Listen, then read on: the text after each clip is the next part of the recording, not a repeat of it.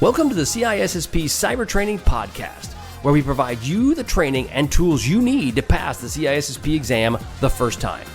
Hi, my name is Sean Gerber, and I'm your host for this action-packed, informative podcast. Join me each week as I provide the information you need to pass the CISSP exam and grow your cybersecurity knowledge. All right, let's get started. Hey, I'm Sean Gerber with CISSP Cyber Training, and hope you all are having a beautifully blessed day today. Today is an amazing day. Yes, we are going to be getting into Domain 8, and we're going to be delving deep into the overall development methodologies that are associated in Domain 8. And this comes down to your Agile, your Waterfall, your Spiral, and so forth. So yes, hang on, put your seatbelt on. It's going to be an amazing ride, way more than I could ever imagine. Yeah, make sure your seatbelt is on because you're probably driving into work. But that being aside, before we get started, real quick, there is an article in Wired Magazine from a Matt Burgess and a Lily Hay Newman.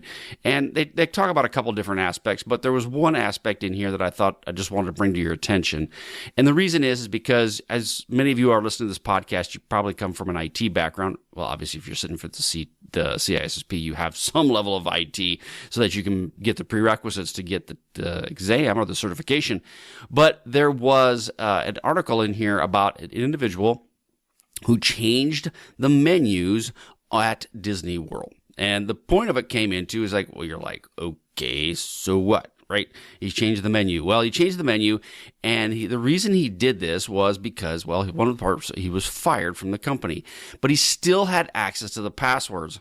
Well, I would wonder is, okay, what else did he have access to, right? So he had access to the passwords, and before he left, he ended up changing them to the Wingdings font, which basically isn't completely consisted of symbols. So the menus went all the symbols, and that caused all kinds of chaos and pandemonium because people could not get their nachos and cheese with Mickey Mouse, right? So that's a terrible thing to happen. But the point of it is the fact that if you have individuals within your organization, you should, if you don't already, and that's as part of the CISSP, we bring this up, is have a great exit strategy so that when the person is leaving your organization, they are actually, instead of just case of just walked out, their credentials are terminated and ended at the same time. Because you know what? You don't know what they can do after they leave the organization, especially if they're in IT and they have the ability to remote back into your organization. So it's interesting how this happened.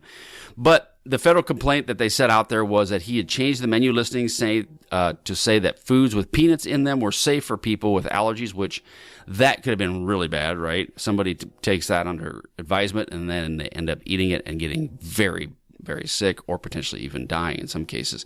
So that is a huge deal. He locked 14 employees out of their accounts trying to log in with an automated script. So obviously he had some IT skills.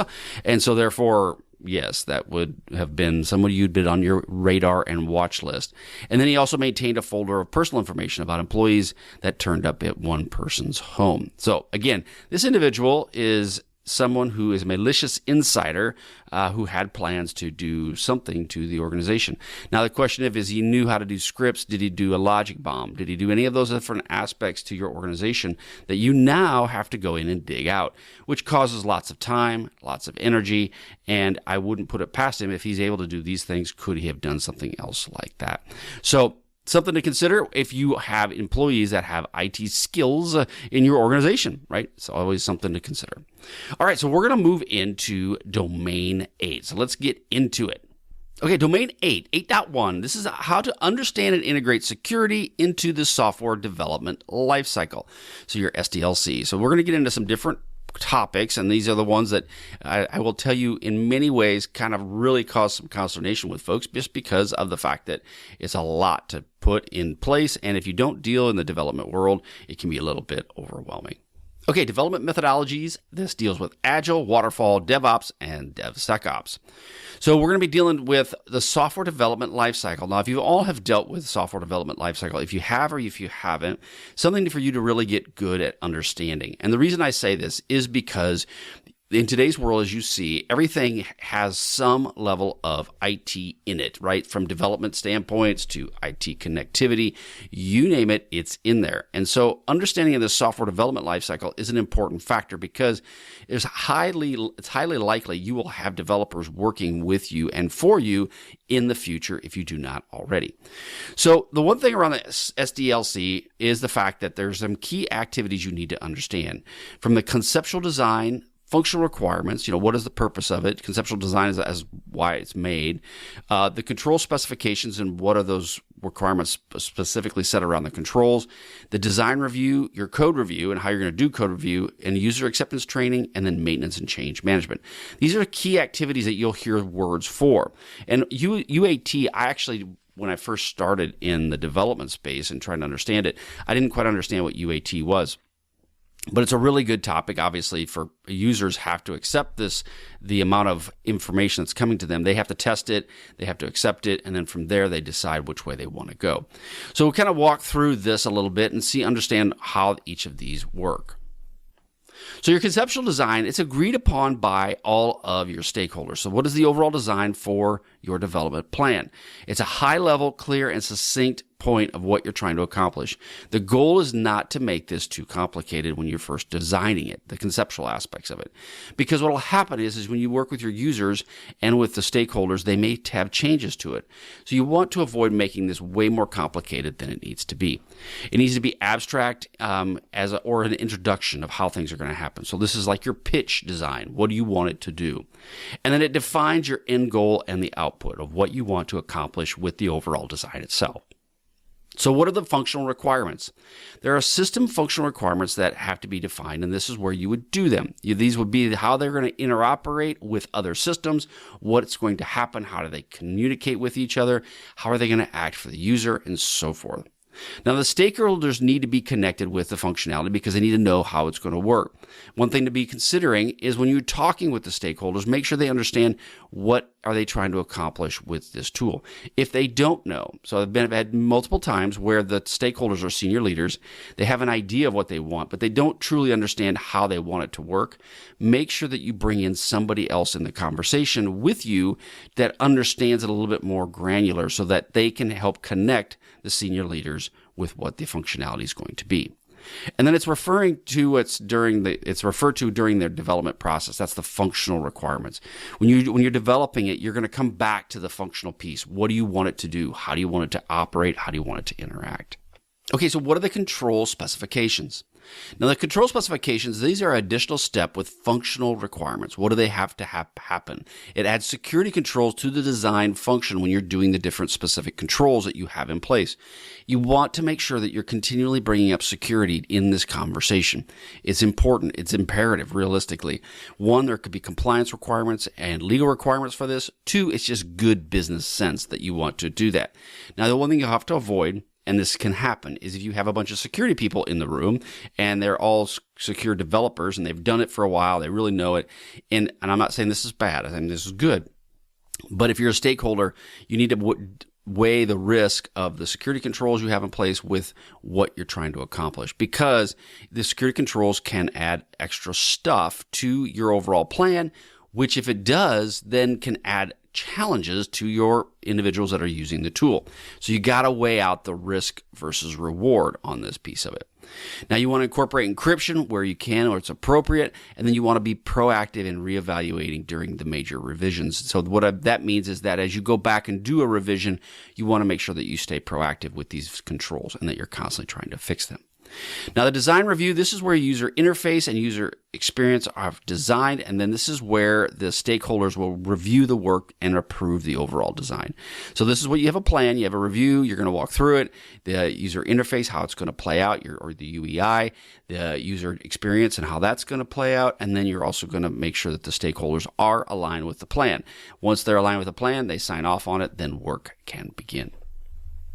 Now, the code review, this was where the developers begin coding. Now, you want to make sure that you connect with your coders on this to that you have a good plan and you have to watch them. And I don't mean that in a bad way, but I mean what will happen is coders will add more information to it potentially than what is necessarily needed. So you need to make sure that you have all that under control. Now, this is where the different methodologies come into play, the Agile, the Waterfall, and so forth. These will allow updates to it as you go forward. But you need to make sure that you stay connected with how the coders are developing your code. And this would be a code review walkthrough, and this is where you have specific milestones set up. You could have a code review walkthrough once a week.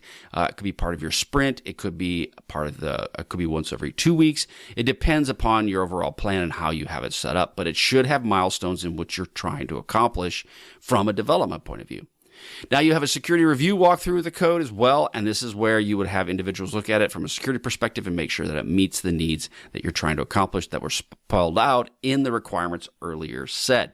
So again, developers begin coding, you have a code review walkthrough, and then your security is tied into the overall code review. User acceptance testing. This is completed prior to going to production. So prior to you pushing and mashing the big green button to send the thing into production, you want to make sure the users accept what you have created.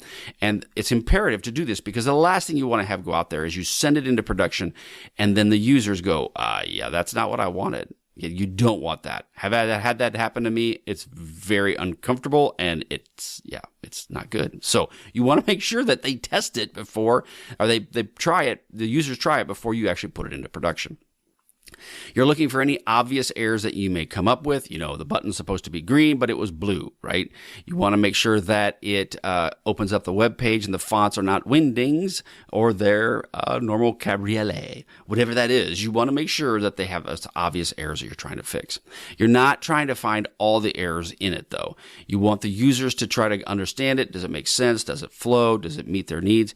And this includes where they're testing every little menu, going, yep, yep, no, I don't like that font color. I don't like that background color, those types of things. Then once complete, the code is then deployed to production. And then that's where the fun begins. You have your maintenance and change management. This will have this window here. This ensures that maintenance is built into the planning process. Vulnerabilities and updated code are sent out, and then you need to have a formalized change management process to make changes to your code. It's imperative that you do that as well. So you got to have the change management piece. We've talked about this a lot in the CISSP training, that you have to have a good formalized change management process. And the reason isn't just to make a bureaucratic challenge. It's to follow, have course changes, have documented changes, it's occurring, and then when things go sideways, which they always do, you have a way to be able to go back and look at what happened and then make modifications based on it. So let's get into the different life cycle models. What are these? Okay, so we're going to talk about Waterfall, Spiral, Agile, and Software Capability Maturity Model, and then that's more of a framework, and then Ideal. Okay, so these are the ones we're going to get into. These are the ones I pull out of the CISSP cyber training book, ISC squared cyber training. Yeah, no, I can't even speak. The ISC squared CISSP book. This is where we pulled them out of there. There are other lifecycle models, but these are the ones we focused on specifically because they're called out in the ISC squared book. So the waterfall model. So if you're able to see the video on this, you'll see how the waterfall model works, and it all just kind of flows downhill. That's the ultimate purpose of it. And so we'll get into some of the positives and the negatives that roll with this model. I've dealt with both, with this one and with Agile. They're my two primary ones that I've focused on. The Spiral I've dealt with a little bit, and a couple of the other ones that are just on tacit kind of activities. So this one was developed in the 1970s, the waterfall model. It's a series of iterative activities, okay? And these activities are basically 7 different steps. So you have the system requirements, and we'll get into each of these here in just a minute, and you have your software requirements, you have your preliminary design, you have your detailed design, you have code and debug, you have testing, and then you have operations and maintenance. So as you know, we just talked about this at the beginning. We kind of went through the same level of steps, different names, different kinds of terms, but overall, it's a very similar process than what we just mentioned just a little while ago. So what is the waterfall model? What does it do? It provides feedbacks for defects that are found. So the goal is that as this thing goes through each of these steps, the system requirements, the software requirements, it's looking for feedback on the defects, and then it goes back up to the next step. And we'll kind of get into, but it's like your system requirements. Okay, you move it. You got all the requirements you need. Okay, now let's go into the software requirements. And then if the software requirements, there are errors, it will go back. It'll step back one level. It'll go back up to system requirements.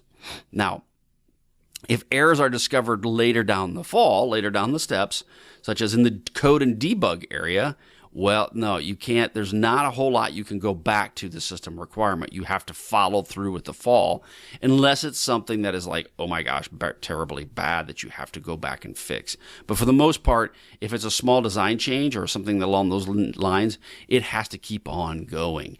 And then you'll come back and reiterate it with a new version. So the result is verification and validation process you must have in place before you move on to the next step.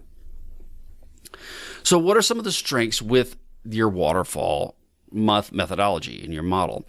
It's predictable and you can have control. So the waterfall structure does approach that minimizes the unexpected changes you may have, providing a more foundational or more stable foundation for enforcing security policies and reducing your overall risk. It's predictable. You have a plan, you follow the plan, and you operate with the plan. There's detailed documentation that goes with this. So with each of the waterfall projects, they have a very clear and very specific audit trail, which is very beneficial when you're dealing with compliance and regulatory standards. Now, you'll come to find out there are various regulatory standards that are going to require you, especially in the development space, to have that audit record in place. So you need to have that done. They also have defined testing phases. These are distinct testing phases that allow for comprehensive security testing to ensure your requirements are met before it's actually deployed. So you having this defined testing phase is an important part. And then lastly, as we mentioned earlier, change management. It does have a really strong change management policies as well once the changes are limited once the phase is completed. So it doesn't allow you to go back.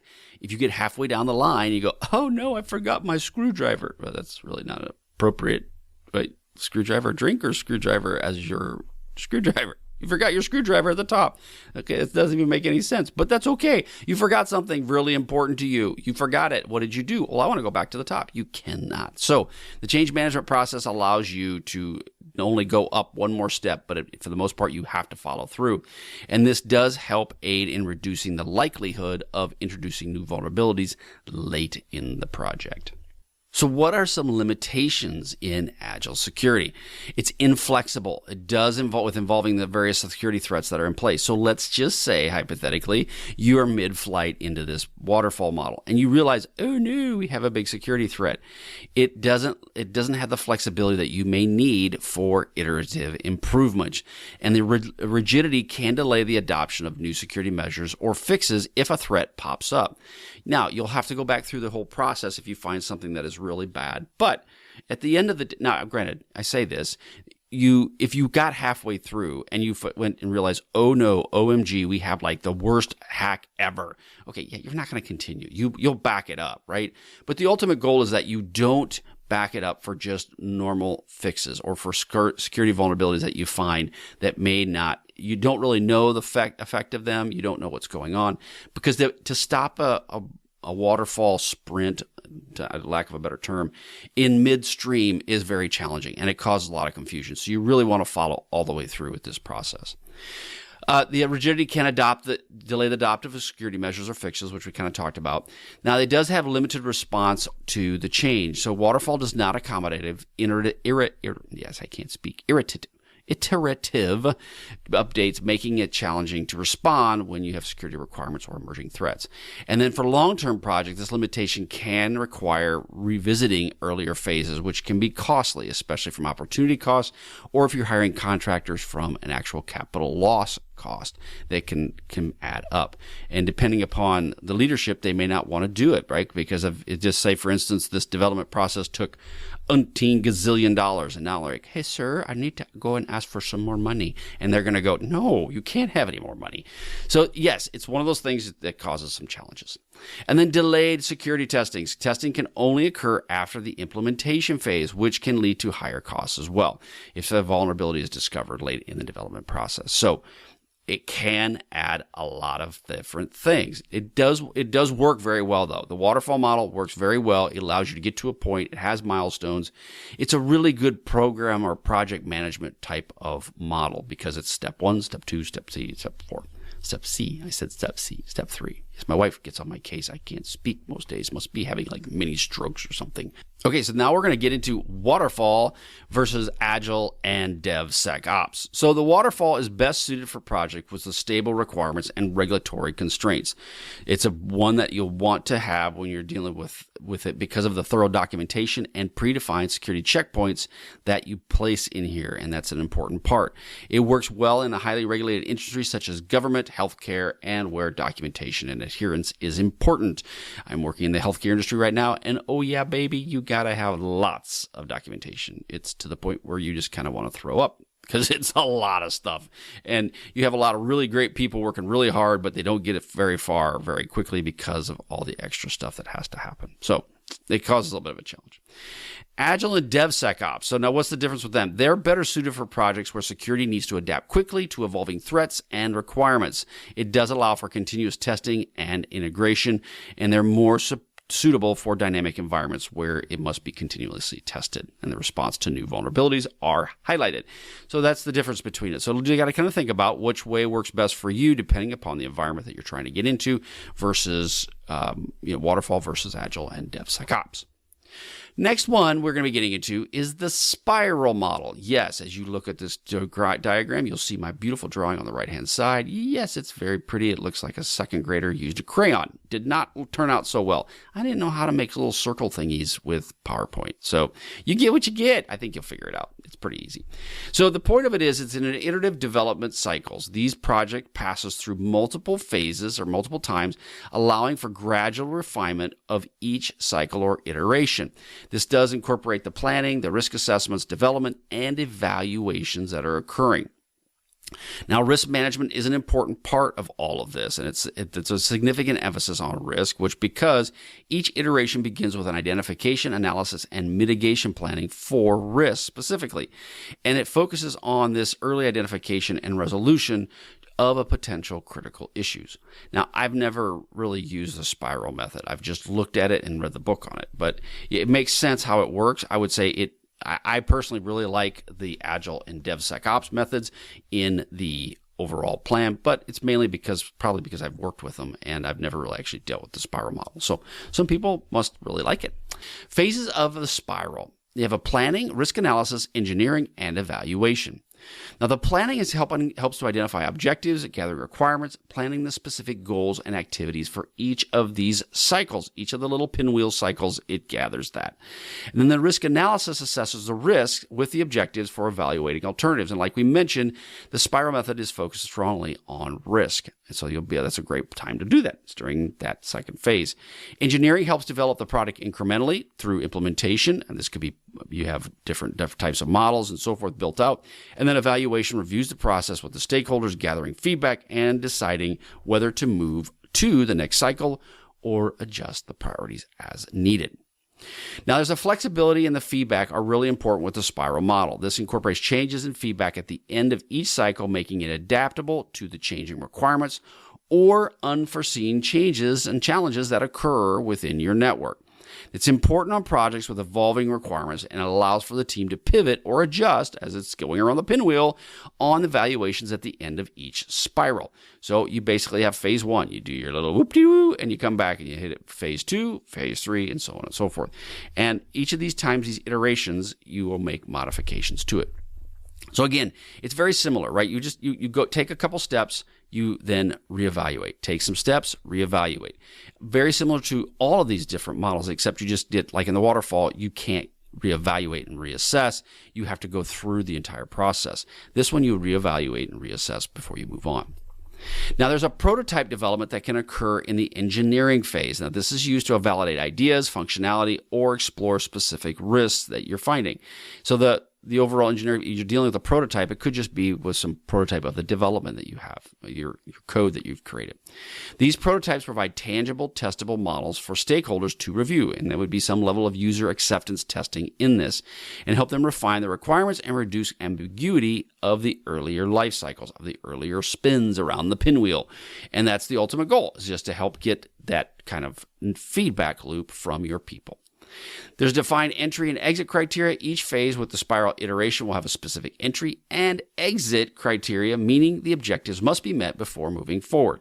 You can't move forward unless you've met the objectives that you highlighted at the beginning of this process. Because otherwise, then instead of having a nice clean pinwheel, you have a pinwheel that looks more like my pinwheel that I have on my graphic. No, not quite that good. It's pretty impressive actually for a guy that's my age. No, my dementia came in. It's got a clear criteria to help ensure the phase is completed, to set the standard, managing risks at each step and avoiding moving forward with unresolved issues. So that's the ultimate point, is you have defined entry and exit criteria on the specific model that you're working on. Now there's a cost and schedule estimation per cycle. This is an important part as well. You're going to have to make sure that you have proper resources set aside, and you'll need to make sure you have estimates on the time and the amount of money that's going to take for these specific reach these specific and attainable goals. You have an incremental estimation approach, allows for more accurate planning and budgeting as well. And then you have a cumulative process. Each iteration builds on the progress of the previous cycles, leading to a development and refinement of the overall product itself. And it allows you to adapt and evolve, moving closer to the final product, even with the changes along the way. Now, the Agile method, let's go into that one. So we were dealing with Agile method. It was developed in the 1990s. In 2001, there was a manifesto for Agile software development. It's a big $10 word to make you sound really smart, but it's basically a document, right? Manifesto. There's 12 key principles with working with this, and it does work. Software is primarily the measure of progress. A working product that you have at the end is usually the measure of success when you're dealing with Agile. Well, with all these, they really are, but Agile tends to, you have something and then you start iterating on it. Now, there are many different variants of the Agile methodology. There's Scrum, there's Agile UP, which is Unified Processes, there's Dynamic Systems Development Model, DSDM, and then there's Extreme Programming, XP. Not XP, the Windows XP, but Extreme Programming, XP. So there's different types of Agile that are available. And we're not going to go into all of those. We'll focus a little bit on Scrum, because Scrum I've worked with, but you may want to understand a little bit more of all of this just so that you understand how they work and what's the purpose behind them. Okay, Agile Scrum. This is the security integration of the Agile environment. So you got some different topics we're going to go over when relating to the overall Scrum process. But collaboration is a key factor. This allows for continuous communication and collaboration between security, development, and the operations team. It's a collaborative meeting. You would have daily stand-ups, and these stand-ups you would collaborate and talk about what are some of the changes you need to make. There's security in user stories. So what a user story is, it outlines the requirements from the end user's perspective. It integrates security into these stories, into each of these, and it helps ensure security is part of the development from the onset, such as security acceptance criteria.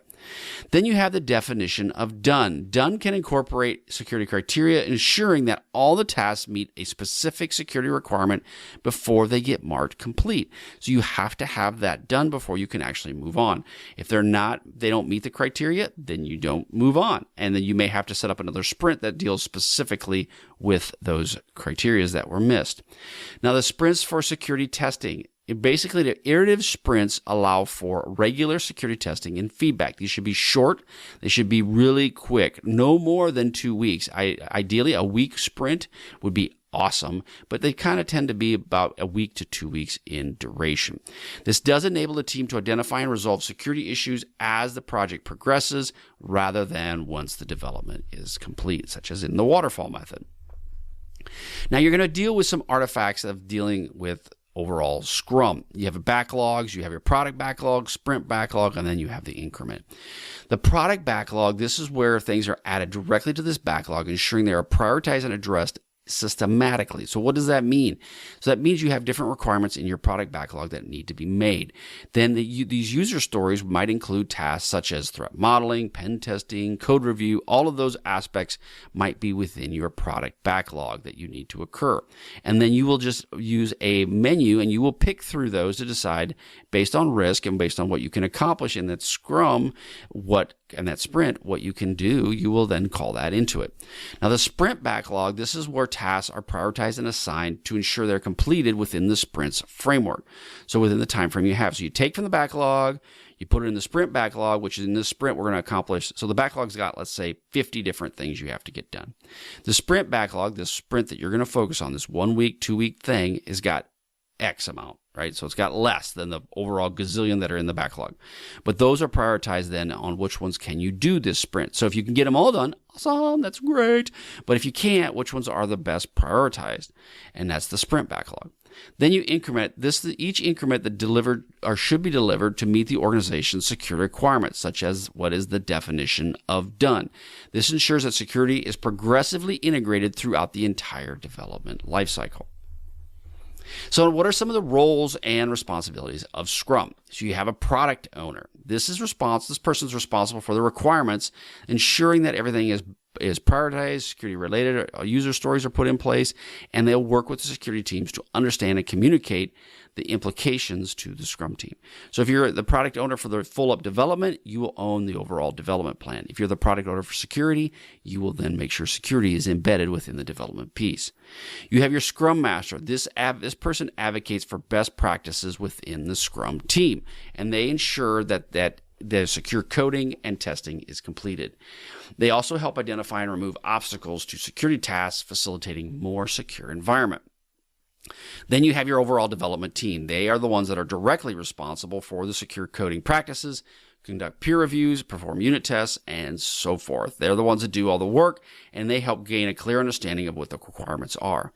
Now, I will tell you, you're going to have to be well invested within the development team if you want to incorporate your security mechanisms into it. It's an important part that you do this. You stay embedded, and in fact, you are working with them closely. So you need to be part of the overall Scrum that's going on. Now, Scrum is part of what is it? What is that football game? Oh, it's rugby. It's part of rugby. So same kind of concept. You're working together, try to get the ball down the field. Kind of like football, but different. Same, but different. Rugby, actually, football came from rugby, from what I understand. The American football, not soccer. So the Scrum events and security enhancements. So sprint planning, you have different pieces. You have your sprint planning. This was an opportunity to address some priority security tasks for the upcoming sprint to ensure that your requirements are ready for the plan. And then you have your daily stand-ups. Done these so many times. They're great. They're wonderful.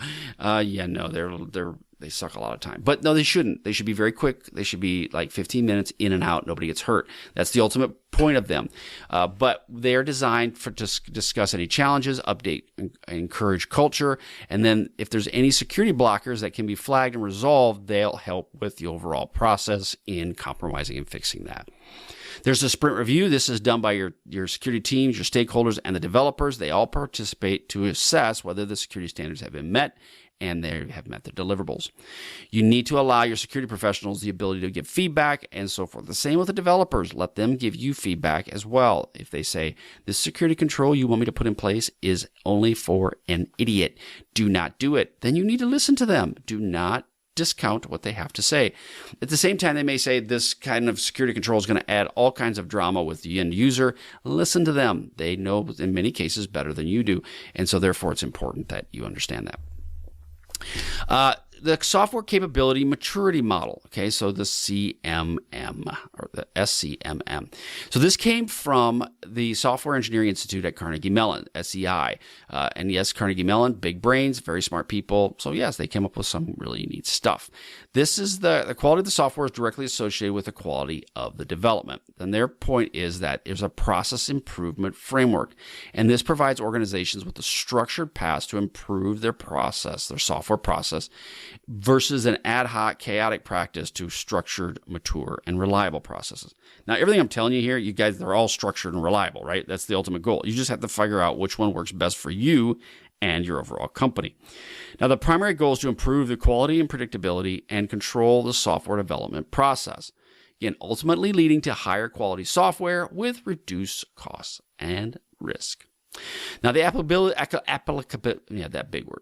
How this works is it's initially designed for software development, right? But it also can be applied to other areas such as systems engineering, acquisition, and security practices as well. So it's very applicable. See, I can't even say that word. It's too early. It's 5:30 in the morning. So yes, it's quite early for me. Moving on. what are some levels of the CMM maturity model that they have? So we're going to walk through each of the different levels so you understand them. And there's different key process areas or KPAs that are associated with this. So level 1 is the initial. It's the chaotic. It's the, craziness. We don't know what we're going to do. Its processes are unpredictable, poorly controlled, and reactive. And its success will depend on the individual effort rather than an established process. This is the beginning phases of it. Now, the ultimate goal of this is to move away from the chaotic process to an established basic process discipline. So anytime you get something started, a lot of times there is some chaotic mess that you're trying to figure out. The next level is you take it to a repeatable or managed process. And this is where you have project management practices are established. The processes are repeatable for similar projects, and then they become even though they might still be a little bit reactive. Now, this is where the first security controls are introduced, and this is where you add security-related tasks such as vulnerability management, patching, and all those are added to it. The KPAs on this would be, it includes requirements management, project planning, project tracking, configuration management, and so forth. So you go from chaotic to managed, and then you move into a defined. Okay, this is where your processes are documented, standardized, and integrated into a unified organizational process. Okay, you have structure, yes, proactive approach for developing security, and then the ultimate goal of this then is that your practices are formally integrated into your development lifecycle. And this is where the policies and standards are created. That's what the focus of those is, so that in this space you now have that ability to document and have those policies flushed and vetted out. KPAs will focus on an organizational-wide standards and training and an integrated software engineering plan. It emphasizes a well-defined development lifecycle. Then you have level 4, your managed quantitatively controlled piece. See, my third grade education just struggles with these. It just truly does.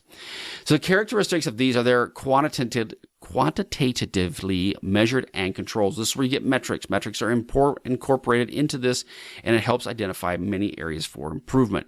You have security enhancements such as metrics, and these are all collected in a very proactive managed risks.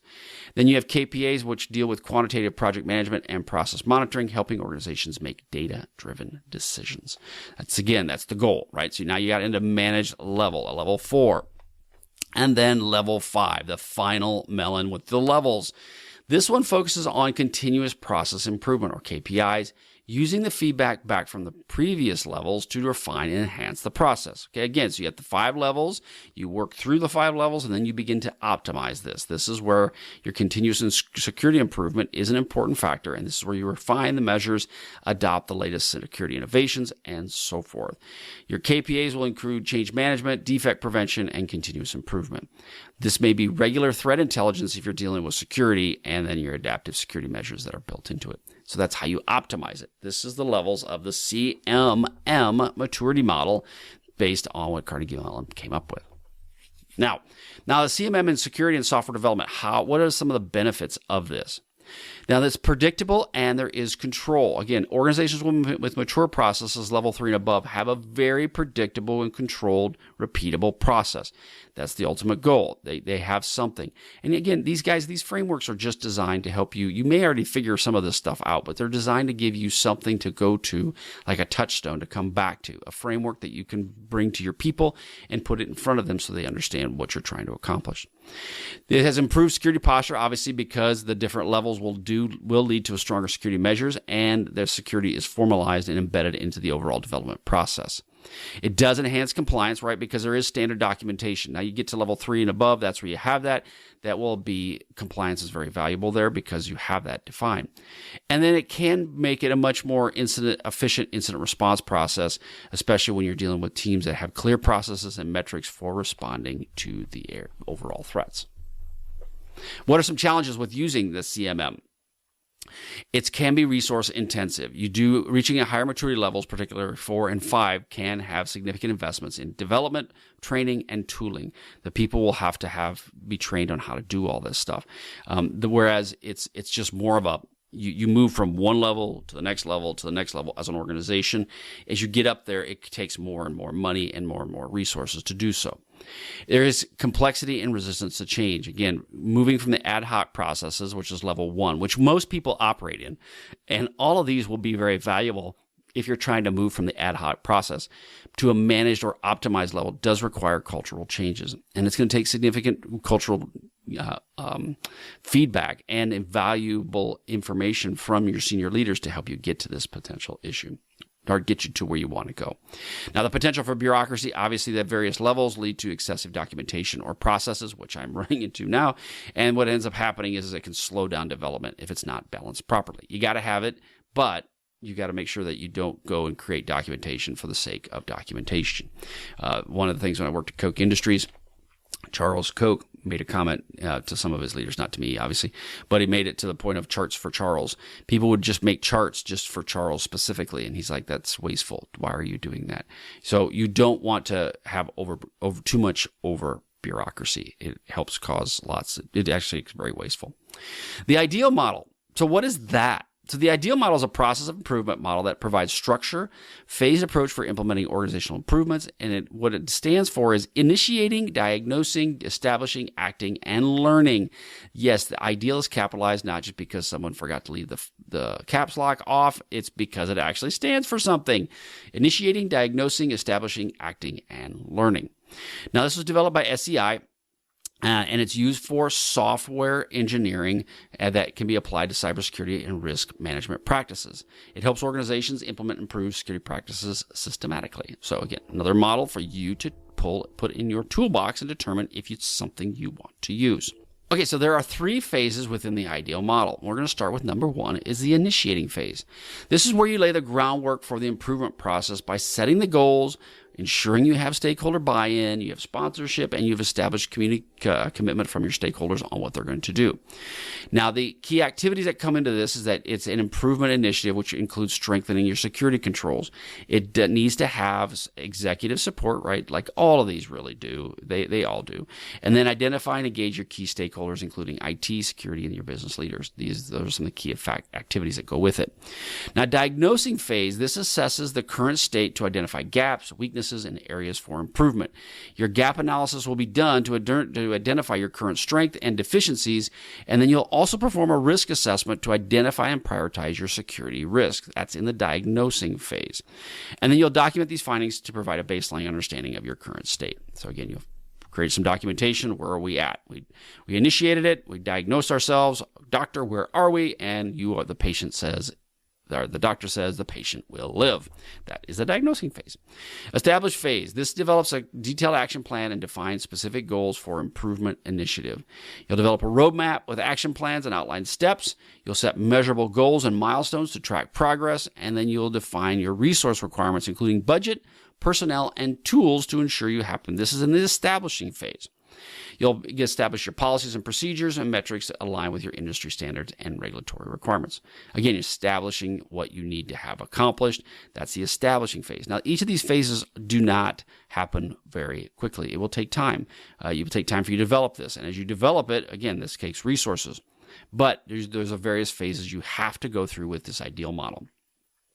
Then you have the acting phase, not acting on the stage as an actor. You're actually putting things into place.